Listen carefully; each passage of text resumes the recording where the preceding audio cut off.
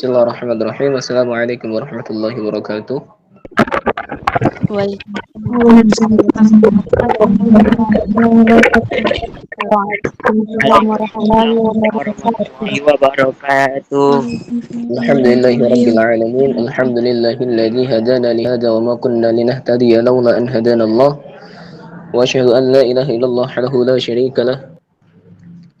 Wa asyhadu anna sayyidana Muhammadan abduhu wa rasuluh la nabiyya ba'dah. Qala Allah Ta'ala bi kitabil karim. A'udzu billahi minasyaitonir rajim. Bismillahirrahmanirrahim. Fadhkuruni adhkurkum washkuruni wa la takfurun. Ya ayyuhalladzina amanu ista'inu bis-sabri was-salah innallaha ma'as sabirin. Al-ayah. Sadaqallahul azim wa balagha rasulun nabiyil karim wa nahnu ala dzalika minasyahidin wa syakirin walhamdulillahi rabbil alamin. Terima kasih kepada moderator yang telah membantu Ana dan apresiasi kepada sahib-sahibah semua yang dirahmati oleh Allah Subhanahu wa taala insyaallah. Pertama-tama selalu tak pernah lalai dan tak pernah lupa kita selalu panjatkan kehadirat Allah Subhanahu wa taala yang mana kita selalu diberi nikmat iman, nikmat Islam, nikmat ihsan sehingga kita bisa melaksanakan kajian sharing online ini dalam keadaan sehat walafiat. Amin Allahumma amin. Kedua kalinya tak lupa salawat serta salam kita aturkan kepada junjungan kita Nabi Muhammad SAW, Nabi yang selalu menuntun kita dari zaman kegelapan menuju zaman yang terang beneran, yaitu ad-dinul Islam, yaitu agama Islam. Baik teman-teman, nggak perlu panjang lebar, di sini langsung Ana masuk materi.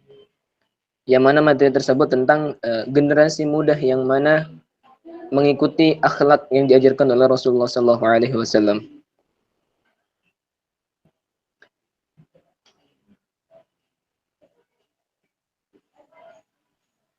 Di akhir zaman ini tidak pernah lekas oleh waktu yang terus silih berganti, yang mana kisah inspiratif yang dibagikan seputar hidup perjalanan Rasulullah SAW menjadi sebuah perjalanan yang efektif di generasi digital natif ini. Maksudnya generasi kita ini, generasi modern, yang mana akhlak beliau ini yang sempurna. Salah satu menjadi contoh kita uswatun hasanah.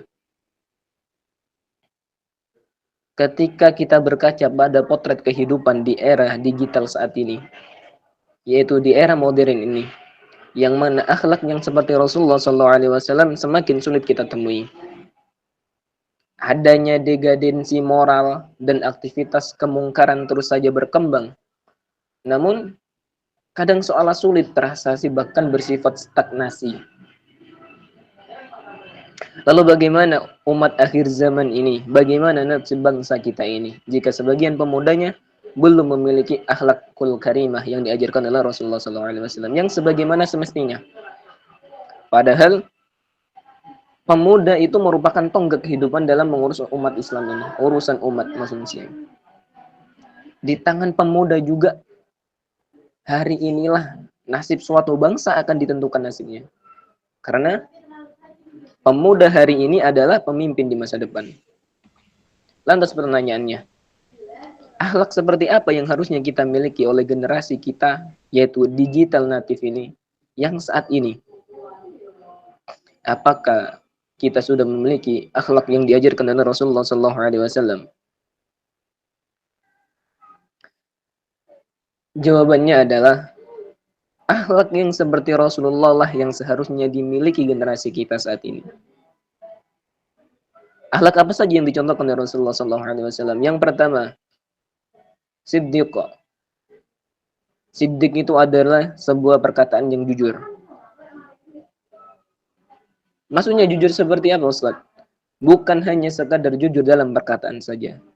Tetapi artian siddiq itu perbuatan sesuai yang apa diucapkan, sehingga menghasilkan sebuah kepercayaan, dan di setiap apa yang dia ucapkan itu menggantung sebuah kebenaran. Karena Allah telah menegaskan bahwa ciri-ciri orang yang beriman adalah dia jujur dalam setiap ucapannya. Ketika dia berucap, dia tidak pernah berbohong. Ketika dia berjanji, dia tidak pernah berdusta. Itulah orang beriman. Terus yang kedua, sebuah akhlak yang diajarkan oleh Rasulullah SAW yang kedua adalah amanah. Amanah itu adalah dapat dipercaya. Amanah itu aman. Ketika diberikan kita sebuah kepercayaan, maka seharusnya dilaksanakan. Karena kenapa? Amanah ini merupakan suatu beban yang nantinya menjadi tanggung jawab seseorang agar segera ditunaikan. Ya mungkin kalian di zaman akhir ini udah banyak orang yang tidak amanah, udah banyak contohnya. Terus yang ketiga, akhlak yang diajarkan oleh Rasulullah yang ketiga adalah tabligh. Apa itu tabligh? Tabligh adalah menyampaikan.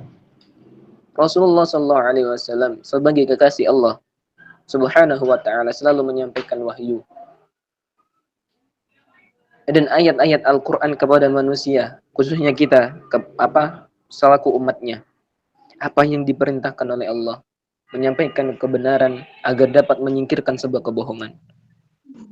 Maka kita selayaknya sebagai seorang pemuda harus mencontoh akhlak yang diajarkan oleh Rasulullah SAW. Terus yang keempat, yang terakhir yang keempat ini adalah fatonah. Fatonah itu cerdas.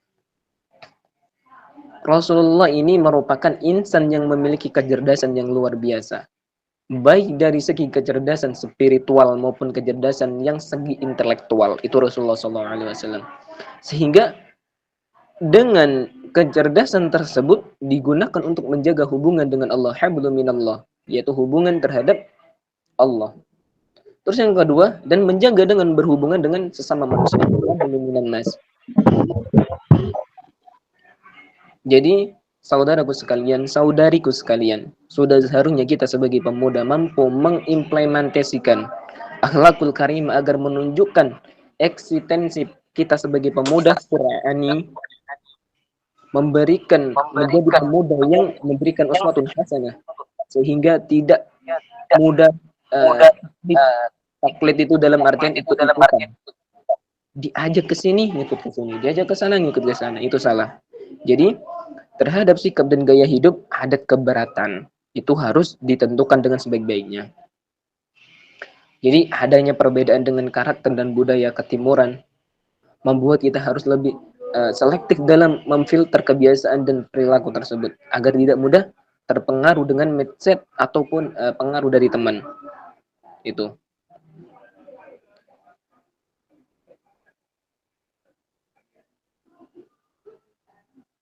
Jadi mungkin itu saja teman-teman, sedikit tapi insya Allah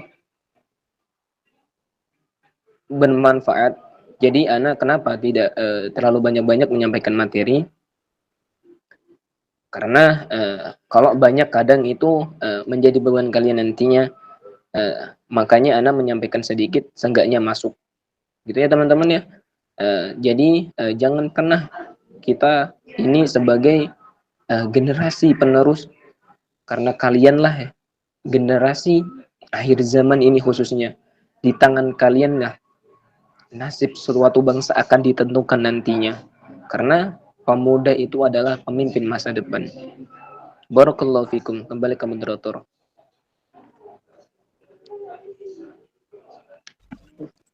Masya Allah, tabarakallah Ustaz Muhammad Alawi. Jazakallahu khairan kasiran Ustaz, karena telah memberikan ilmunya yang luar biasa untuk kita semua. Semoga ilmunya dapat bermanfaat bagi orang lain. Semoga selalu dalam kebahagiaan, keamanan, dan keberkahan Allah Subhanahu wa Ta'ala. Amin, amin. Selanjutnya tanya jawab, saya ambil 7 pertanyaan tercepat dengan ketentuan sebagai berikut. 1. Kebanyakan 7 itu. Mau berapa, Ustaz? 5 aja mungkin. Baik, nggak apa-apa, 5 ya. 5 pertanyaan cepat nanti. Kasihan nanti kemalaman, soalnya ya bisa nyusul mungkin catatan atau DM IG Ana boleh. Baik, berarti 5 pertanyaan tercepat dengan ketentuan sebagai berikut. 1. Belum bertanya, silahkan untuk salam dan memperkenalkan diri. 2. Pertanyaan sesuai dengan tema yang diberikan. 3 pertanyaan yang diajukan melalui on mic. Nanti saya ambil 5 pertanyaan tercepat yang angkat tangan dan saya akan bacakan namanya.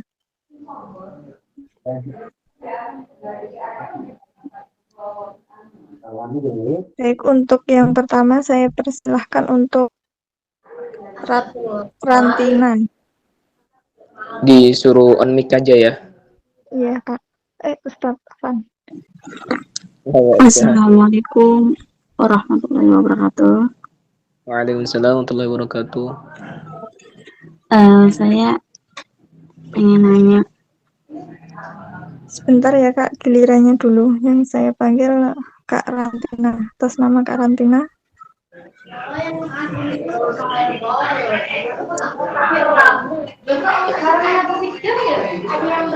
Baik, lanjut saja kepada Putri Azahra. Saya persilahkan untuk bertanya.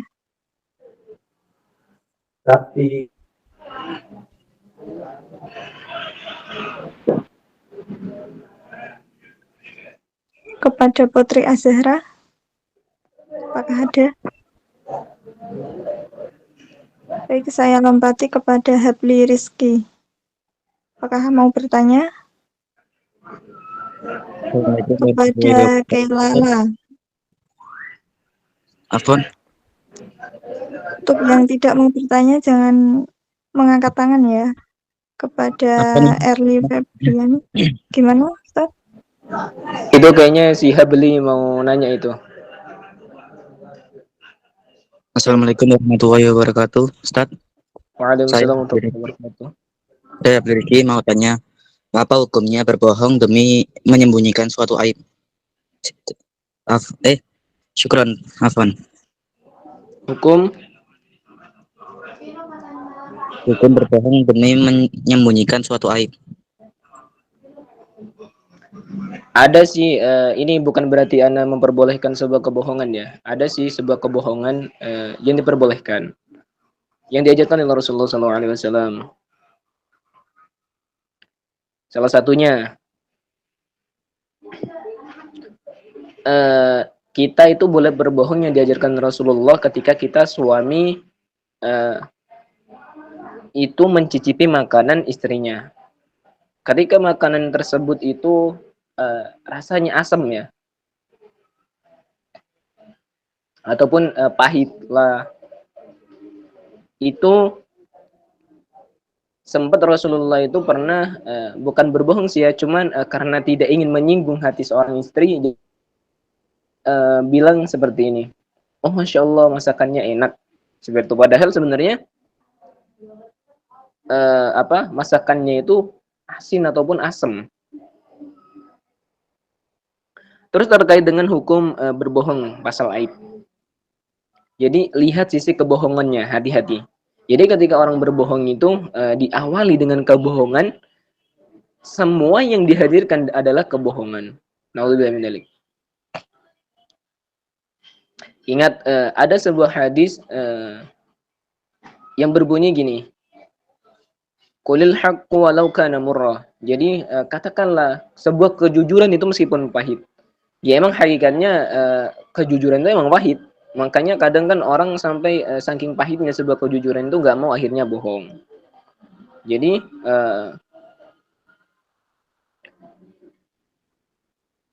emang orang jujur itu tidak enak. Memang pahit. Tapi jujur itu luar biasa loh teman-teman sekalian. Tapi ketika diawali dengan kebohongan, timbullah kekecewaan. Itulah yang menjadi penyakitnya nantinya. Timbullah pengkhianatan, timbullah rasa benci, dan sebagainya. Justru terkait dengan aib emang itu seharusnya ditutup teman-teman sekalian.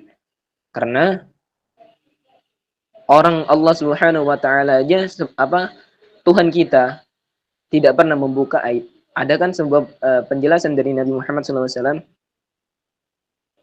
Masa ketika aib kalian ditutup, kalian ingin membuka aib teman kalian sendiri. Itu kan termasuk sebuah kezaliman itu. Boleh. Jadi bedakan berbohong dengan menutup aib. Di sini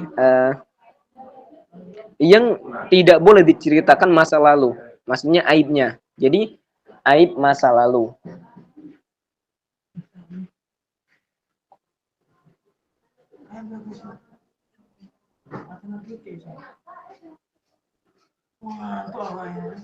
Jadi aib masa lalu jangan dibuka. Jadi dosa masa lalu jangan dibuka, tapi kebohongannya tetap bohong. Maksudnya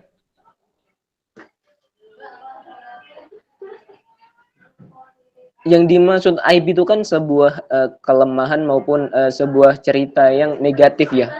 Aib itu. Yang mana kesalahan masa lalu yang sebelumnya itu diungkit kembali itu aib.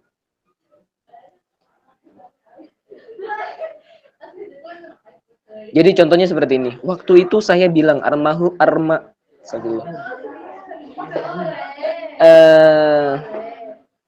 waktu itu contohnya ya.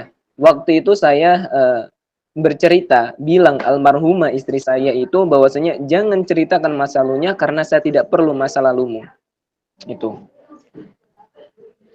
Jadi gitu teman-teman, apalagi ketika ada orang meninggal itu ada sebuah kesalahan diungkap kembali, itu namanya aib. Jadi nggak boleh teman-teman. Jadi bedakan kebohongan dan aib, itu nggak boleh. Allah Subhanahu Wa Taala aja menyembunyikan sebuah aib kita, masa kita ingin membuka aib saudara kita? Jadi nggak boleh.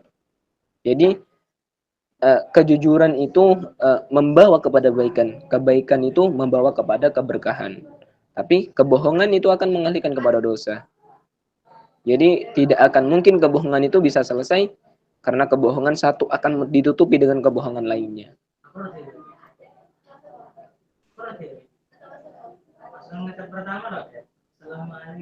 Jadi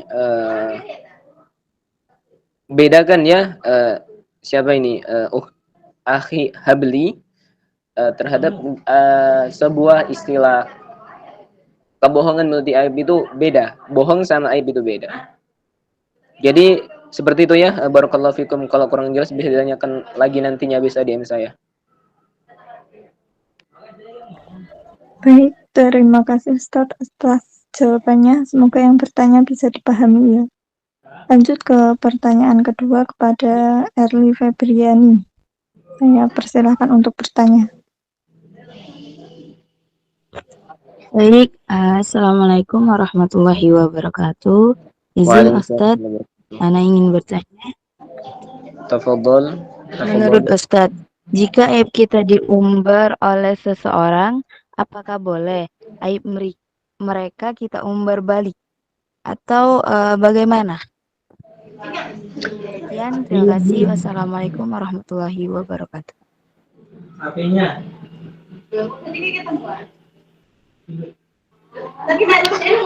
Yang nggak boleh.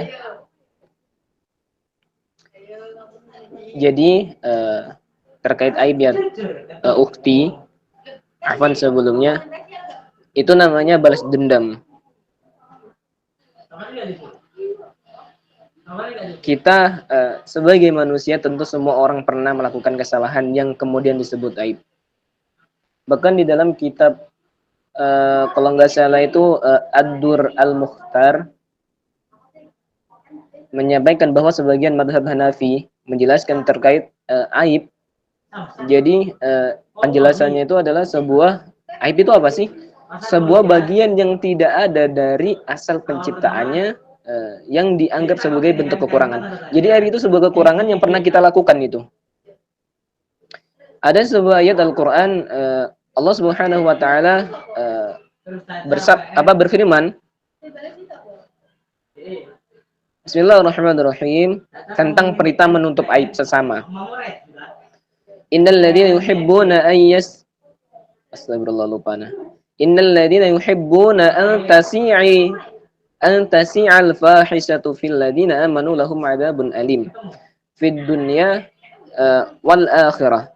Wallahu ya'lamu wa antum la ta'lamun. Jadi kata Allah, sesungguhnya orang-orang yang ingin agar berita perbuatan yang amat keji itu tersiar di kalangan orang-orang yang beriman, itu Allah sendiri yang bilangnya, bagi mereka adab yang pedih di dunia akan di akhir dan Allah mengetahui sedang kamu tidak mengetahui. Maknanya tersiar itu dalam artian diomong-ngomongin. Kita selalu mengomongkan kekurangan orang lain. Kan aib itu kekurangan. Jadi kita nggak boleh membicarakan aib orang lain. Nantinya kata Allah, maka bagi mereka adab yang pedih. Jadi itu. Jadi di dalam kitab itu bahwasanya anjuran menutup aib itu adalah sangat wajib teman-teman sekalian. Orang itu sampai ada di Al-Qur'an. Ya kan? Jadi nantinya golongan manusia yang menjadi musuh Allah di akhirat nanti dijelaskan bahwanya wajib untuk menutup aib sesama. Allah Subhanahu wa taala itu sangat membenci perbuatan yang menggunjing. Karena ketika bergunjing orang biasanya akan condong membuka aib dengan membicarakan keburukan saudaranya maupun saudarinya. Jadi ajaran Islam memerintahkan kita sebagai setiap muslim supaya menutup saudara kita maupun saudari kita. Baik aib sendiri maupun aib orang lain. Karena Rasulullah SAW bersabda, kata Rasulullah SAW terkait aib itu bahwasanya Rasulullah SAW itu wahai orang-orang yang beriman, kata Rasulullah SAW, jagalah lisan kalian, tetapi tidak banyak orang yang beriman dengan lisannya, tapi tidak beriman dengan hatinya. Itu yang salah. Jadi kata Rasulullah, janganlah kamu mengumpat kaum muslimin dan janganlah membuka aib mereka. Barang siapa membuka aib mereka, barang siapa yang membuka aib saudaranya, insya Allah akan membuka aibnya. Dan siapa yang dibuka Allah akan aibnya, insya Allah akan menunjukkan aibnya. Jadi ketika kalian balas dendam ingin, teruntuk Ukti Erli, ketika Ukti Erli ingin membuka, maksudnya orang aibnya saya dibuka, ya saya akhirnya ya ingin membuka aibnya, itu salah. Ketika aib antum dibuka satu, janganlah balas dendam ingin membuka aib saudarinya. Maka di sini kata Rasulullah, maka Allah akan membukakan, menunjukkan aibnya sebanyak-banyaknya. Jadi akan dibuka semua aib yang antum lakukan nantinya, meskipun dirahasiakan di lubang kendaraan sekalipun, maka akan ketahuan. Jadi kata Rasulullah SAW juga, jadi bertobatlah, karena kata Rasulullah, meskipun seperti itu, setiap umatku itu dimaafkan, kecuali orang yang terang-terangan melakukan maksiat. Dan termasuk orang yang terang-terangan melakukan perbuatan maksiat di malam hari. Kemudian di pagi harinya ia berkata, wahai fulan, kemarin aku telah melakukan ini dan itu. Maksudnya pamer, itu salah. Jadi itu ya, Ana kasih amalan saja terkait doa untuk menutup aib. Boleh diamalkan. Ini ada di sebuah hadis ya, yang diajarkan oleh Rasulullah SAW, yang diriwayatkan oleh Ibnu Majah. Boleh dicatat teman-teman. Allahumma tur aurati wa amir ra'ati, Allahumma hfidni min baini yadai wa min khalfi, wa an yamini wa an simali wa min fawqi, wa a'udzu bika bi'azamatik an aghtala min tahti. Jadi ya Allah, tutupi auratku atau aib-aibku. Tenangkanlah aku dari rasa takutku terhadap sebuah dosa yang pernah aku lakukan. Ya Allah, jagalah aku dari arah depan dan belakangku, arah kanan dan kiriku, serta dari arah bawahku. Aku berlindung dari kebesaranmu agar tidak dihancurkan dari arah bawahku. Jadi itu doa diamalkan, bagus itu. Jadi untuk Herli nggak perlu kita balas dendam kayak gitulah. Percaya udah sama Allah. Mungkin itu ujian untuk antum terkait. Jadi nggak usah kayak ketika aib antum dibuka, itu jadikan pembelajaran untuk antum saja. Jadi itu ya udah, ana maafkan orang di dalam terkait di dalam sana itu bahwasanya apa, astagfirullah, yang ana bacakan tadi bahwasanya kata Rasulullah SAW, orang kita udah dimaafkan kok. Jadi semoga istiqamah selalu ya, nggak perlu seperti itu. Barakallahu fikum. Baik, terima kasih Kak atas jawabannya. Semoga yang bertanya bisa dipahami ya. Lanjut Amin. ke pertanyaan ketiga kepada Yana Elazain. Saya persilahkan untuk bertanya. Kurang 3 lagi ya? Ya Ustadz. Bismillahirrahmanirrahim. Assalamualaikum warahmatullahi wabarakatuh. Wassalamualaikum warahmatullahi wabarakatuh. Oke, izin bertanya Ustaz. Baik, tafadhali.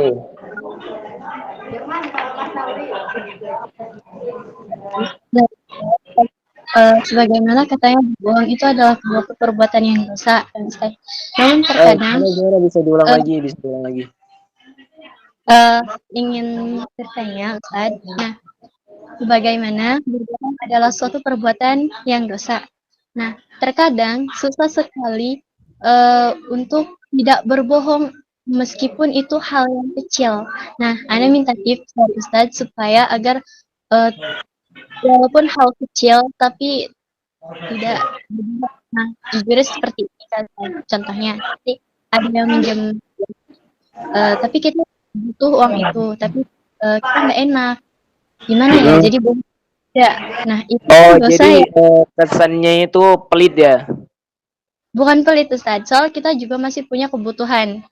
Mau Oh, iya, minjemin, iya. kita masih banyak. Nah, gitu. Jadi anak pengen minta tips supaya gimana sih cara terhindar dari suatu perbuatan agar tidak bisa berbohong lagi gitu, walaupun hal sekecil apapun itu. Ya Syukran. gitu tadi yang diajarkan oleh Rasulullah SAW. Kulil haqq walau kana murra. Jadi katakanlah sebuah kejujuran itu. Emang kejujuran itu sangat pahit sekali. Jadi ketika kita mengucapkan sebuah kejujuran itu emang sempat si Rasulullah itu ini anak mewak ya. Itu ada hadisnya kok teman-teman. Terkait Rasulullah itu kan dalam artian berbohong yang dibolehkan itu kan ketika istrinya memasak. Tapi kita yang ngomong baik-baik aja. Jadi tetap aja berbohong nggak boleh. Jadi ngomong baik aja. Kalau emang ini afwan ya sahibah atau teman ana terkait uang yang mau antum pinjam itu sebenarnya mau ana pakai, ana jauh lebih membutuhkan soalnya dari ada sebuah kebutuhan yang mau ana belikan untuk orang tua ataupun untuk kebutuhan obat untuk orang tua mungkin itu yang ngomong baik-baik seperti itu aja nggak perlu itu karena itu hakikatnya iman seperti itu. Jadi makanya kan di dalam sebuah pengertian iman itu artian iman itu bukan hanya di lisan saja tapi juga di perbuatan. Makanya orang jujur itu bukan hanya oh iya saya tidak melakukan itu. Padahal di belakangnya kita nggak tahu. Itu makanya nanti konteksnya ke dalam iman nantinya. Itu. Maka kalau udah imannya baik bukan berarti ana bilang tidak semua orang punya iman, itu enggak seperti itu. Maksudnya dalam artian ketika orang sudah beriman maka dia akan jujur. Baik secara lisan maupun secara perbuatan itu baru. Jadi seperti itu ya. Terang-terangan saja tapi ngomong baik-baik. Jangan bilang kayak gini. Apa sih kamu kan punya orang tua, jangan bilang kayak gitu. Ngomong baik-baik saja terkait uang yang mau antum pinjam itu mau ana pakai buat kebutuhan ana seperti itu aja. Barakallahu fikum. Kalau kurang jelas bisa ditanyakan kembali. Kan antum mintanya tips kan? Nah, Ustaz. Jadi jujur aja nggak perlu malu-malu orang kita nggak mencuri kok.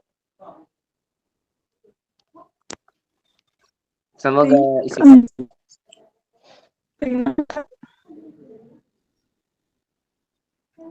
Baik, lanjutnya kepada pertanyaan keempat. Saya persilahkan Desti Rahmadani. Assalamualaikum warahmatullahi wabarakatuh. Izin bertanya Ustadz, bagaimana cara kita untuk mengajak para pemuda supaya meneladani sifat Rasulullah? Terima kasih Ustadz.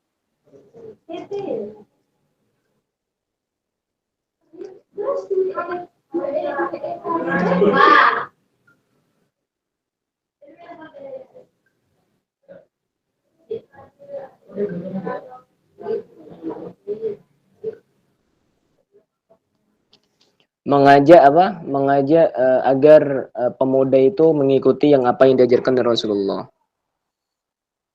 Iya, Ustaz. Baik.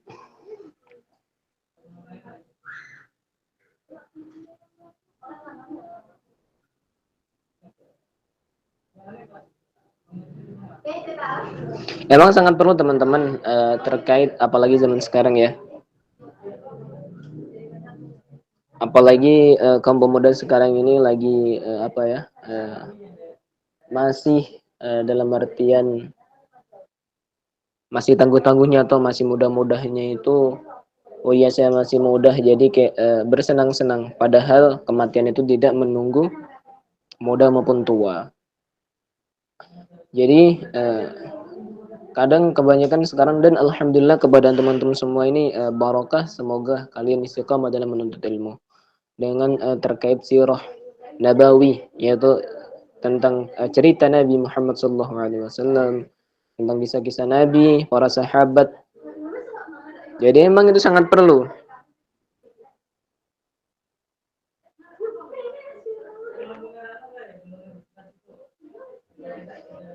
Jadi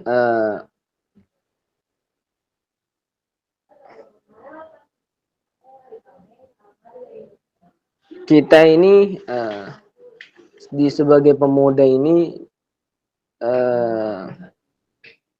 tidak hanya harus pintar di bidang ilmu pengetahuan, tapi kita ini harus dituntut pintar di dalam bidang agama, sehingga nantinya saat kita menjadi pemimpin hanya takut kepada Allah. Jadi saya sampaikan ini bukan karena merasa lebih baik dari antum semua, tapi marilah kita sama-sama saling mengingatkan. Jadi ya selalu mengingatkan pokoknya. Rasulullah itu seperti ini, Rasulullah itu cara makannya seperti ini. Selalu ingatkan saja gitu. Selalu ajak. Emang yang diajarkan Rasulullah kan kita ini mengajak, tidak harus menekankan. Jadi diajak saja. Karena hidayah itu kita tidak bisa mengasih. Hidayah itu Allah yang ngasih. Jadi kita nggak perlu memaksakan kayak gini. Sekarang kan kadang orang memaksa kayak gini. Ih, kamu nggak sholat. Kamu nggak sholat, kamu kafir, itu salah. Intinya kita udah mengajak, ayo sholat. Sekiranya dia, kalaupun dia tidak sholat, jangan dihardiklah dia. Jangan dihardiklah dia. Jadi kalau enggak doakan saja secara sir. Maksudnya di dalam secara sir itu didoakan secara di dalam hati. Jadi seperti itu. Ya semoga beliau dapat hidayah gitu, seperti itu. Semoga kedepannya jauh lebih baik apa yang Anda sampaikan. Jadi selalu kasih motivasi yang bagus lah terkait dengan sirah-sirah Nabi, terkait sirah-sirah tabi'in, sirah-sirah sahabat, itu selalu ceritakan. Jadi seperti itu ya, Teh Desti, jangan pernah nggak perlu memaksakan kita mengajak orang lain, nggak perlu menghardik juga, karena hidayah itu kita tidak bisa memberi, karena hidayah itu milik Allah. Itu. Jadi jangan pernah lelah untuk selalu mengajak. Barakallahu fikum.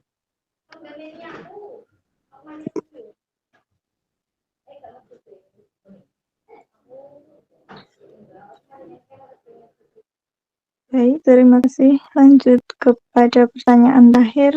Saya persilahkan kepada Amelia.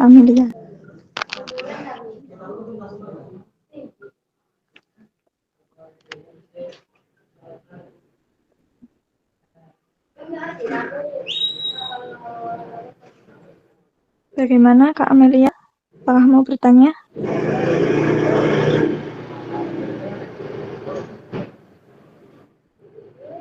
Jika tidak, lanjut kepada Kak Mutiara. Bismillah, Assalamualaikum warahmatullahi wabarakatuh. Waalaikumsalam warahmatullahi wabarakatuh. Ustaz, Afan izin bertanya. Salah satu akhlak Rasulullah itu kan kok akhlak apa sih? Ustaz, eh, gimana caranya agar kita tuh punya public speaking yang bagus kayak Rasulullah SAW. Ya, kalau terkait public speaking ya harus sering. Saya dulu itu juga orangnya introvert ya. Ya sampai sekarang sebenarnya introvert. Apa ya? Kalau terkait public speaking itu kalau emang belum pede bicara sama orang lain, kita belajar bicara dengan diri kita sendiri, ke kaca gitu. Atau ke dalam air. Dalam artian ke dalam air kayak di sungai kan bisa mantul kan bayangan kita itu ngomong gitu. Ya alhamdulillah. Assalatu wassalamu ala rasulillah dan sebagainya. Jadi kita mulai dari diri sendiri dulu. Kita lakukan dari niat dulu. Seperti yang diajarkan Rasulullah SAW. Perbagus niatnya dulu. Terus baru ketika niatnya udah baik, oh iya, terus berdoa, ya Allah saya ingin public speaking saya bagus. Dan itu belajar dari awal dari kaca dulu, dari diri sendiri, ngomong sama diri sendiri. Ketika udah pede berbicara dengan diri sendiri, ketika kita berbicara dengan diri sendiri, barulah kita berbicara seenggaknya sama keluarga ataupun adik dulu.